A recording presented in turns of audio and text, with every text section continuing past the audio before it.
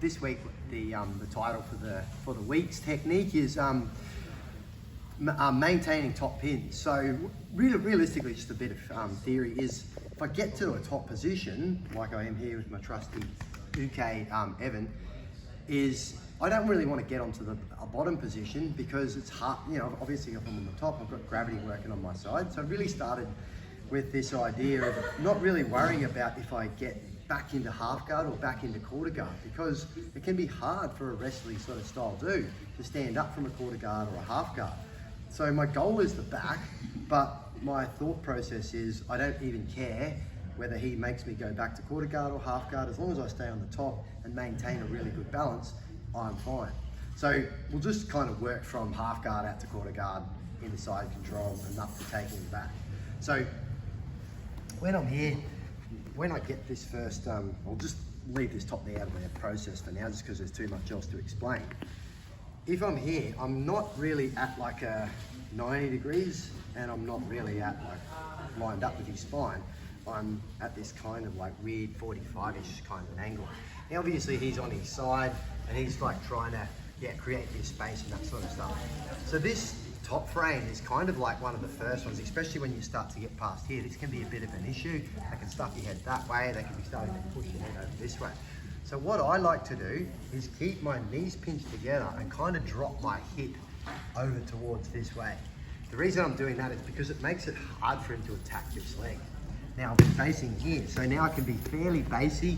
It's actually, I know there's a risk of a Kimura here.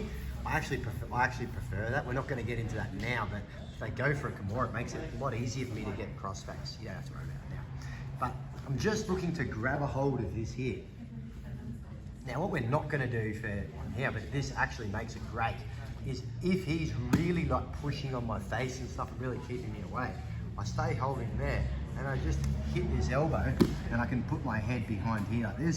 Makes it my job way easier here. But Evan's too smart for that.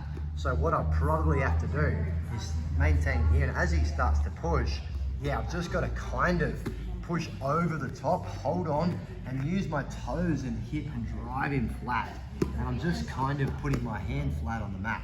Because his hands are in the road, it'd be too hard for me to get a really good crossface. So what I'm gonna do is just kind of like roll my elbow forward to try and make him look away. And then I'm up on my toes, walking over the top, walking over the top.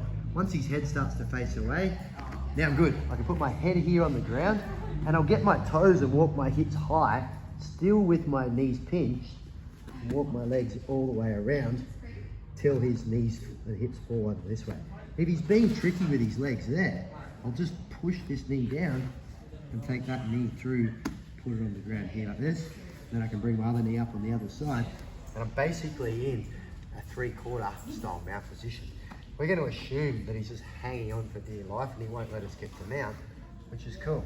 We can now start to get underneath, and we can really clear it all the way up until we get out and maybe into mount. But let's say we can't. I'm just going to start to push on this hand until I start to get it out.